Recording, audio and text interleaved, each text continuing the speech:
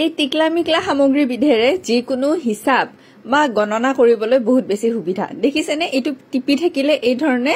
মানে সংখ্যাবোৰ ওলাই থাকে একেবাৰে 1 লাখলৈ হিচাপ কৰিব পাৰি ডাঙৰ বুটামটো টিপিলে হিচাপ কৰিব পাৰি আৰু সৰুটো টিপি দিলে এই ধৰণে ৰিসেট হৈ যায় মানে আকৌ 0ৰ পৰা ষ্টাৰ্ট হয় দৈনন্দিন জীৱনত দৰকাৰ হোৱা যিকোনো হিচাপটো কৰিব পাৰি আৰু লগতে এই যে বহুতে হনুমান চালিসা সংকল্প লৈ পাঠ কৰে বা চালিসা স্তোত্ৰ যেতিয়া সংকল্প লৈ পাঠ কৰা হয় ধৰক 11 বাৰ 21 বাৰ কেতিয়াবাটো 108 বাৰলৈকেও পঢ়া হয় তেতিয়া এইটোত এই ধৰণে হিচাপ কৰি থাকিবৰ কাৰণে বহুত বেছি ভাল হয় আৰু একদম টিকলা মিকলা হাতৰ মুঠিতে থাকি যায় আৰু এখিনি দেখিছে নহয় এখিনি এৰুৱাই লব পাৰি এইটো মানে আঙুলিত পিন্ধি লব পাৰি একদম সৰু ব্যৱহাৰ কৰিবলৈ বহুত বেছি সুবিধা এইটোৰ ভিডিও মই আগতেও এবাৰ দিছিলো দিওতে এগৰাকী দৰ্শকে কৈছিলে তে ইছলাম ধৰ্মী লোক তেও এইটো ব্যৱহাৰ কৰে কালমা পঢ়িবলৈ হেনো তেও ব্যৱহাৰ কৰে সদায়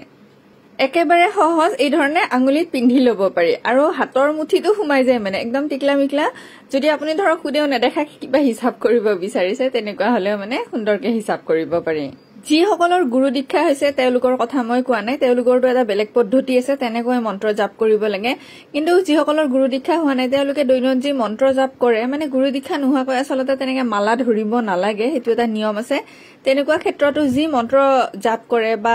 ধৰক কিবা স্তোত্ৰ চালিসা পাঠ কৰে এটো সুন্দৰকৈ হিচাপ কৰিব পাৰি মই গুৰু দীক্ষা নোহোৱা সকলৰহে কথা কৈছো কিন্তু